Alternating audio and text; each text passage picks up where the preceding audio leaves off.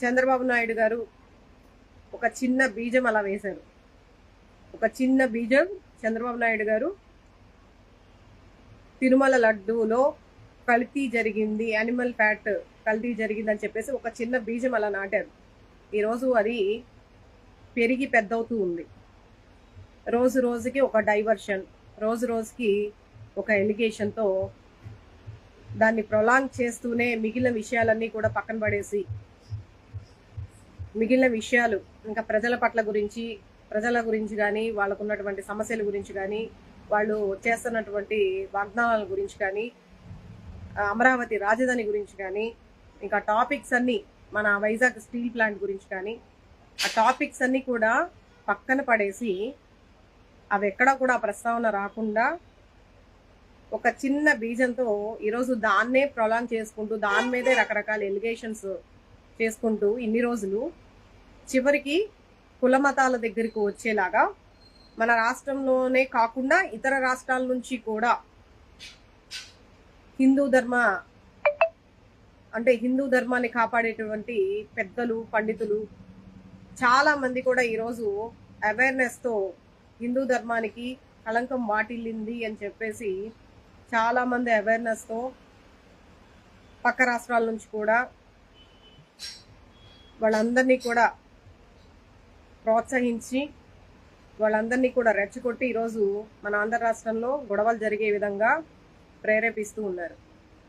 నిజంగా చాలా సిగ్గనిపిస్తూ ఉంది. ఒక నాయకుడు అంటే కుల మత విభేదాలకి అతీతంగా ఉన్నవాడే నాయకుడు. ఎక్కడ కూడా కుల మతాల గురించి ప్రస్తావించకుండా ఉండేవాడే నిజమైన నాయకుడు. కానీ ఈరోజు కులాన్ని అడ్డం పెట్టుకోనో, ఒక మతాన్ని అడ్డం పెట్టుకోనో రాజకీయాలు చేస్తూ, అబద్ధాలన్నీ కూడా నిజాలు చేస్తూ, అక్కడ పూర్తి ఎవిడెన్స్ ఉన్నా కూడా పదే పదే ఆ ఎవిడెన్స్ని చూపించి మాట్లాడుతున్నా కూడా దాన్ని ప్రూవ్ చేయకుండా డైవర్షన్ చేస్తూ, పూటకో డైవర్షన్ చేసుకుంటూ తిరుమల లడ్డూలో కల్తీ జరిగిన దగ్గర నుంచి ఈరోజు మతాలను రెచ్చగొట్టే విధంగా మాట్లాడి, ఒక ఆయనేమో, ఒక రాష్ట్ర పెద్దేమో భగవంతుడికి సంబంధించినటువంటి లడ్డూలో కల్తీ జరిగిందని చెప్పేసి మాట్లాడతారు. ఇంకొక పెద్ద మనిషి ఏమో సనాతన ధర్మం గురించి మాట్లాడతారు. చివరికి ఎలా అయిందంటే ఇది చిలికి పెద్ద తుఫాన్ లాగా ప్రజల్లో వాళ్ళకు వాళ్ళే చాలా ఇబ్బంది పడే వాతావరణాన్ని తీసుకొచ్చి ఎవరికి వారే మమ్మల్ని అంటారా, మా కులాన్ని అంటారా, మా మతాన్ని అంటారా, మా భగవంతుని అంటారా అని చెప్పేసి ఎవరికి వారే ఈరోజు నాయకులే దగ్గరుండి మరి ప్రాబ్లమ్స్ని క్రియేట్ చేస్తూ ఉన్నారు.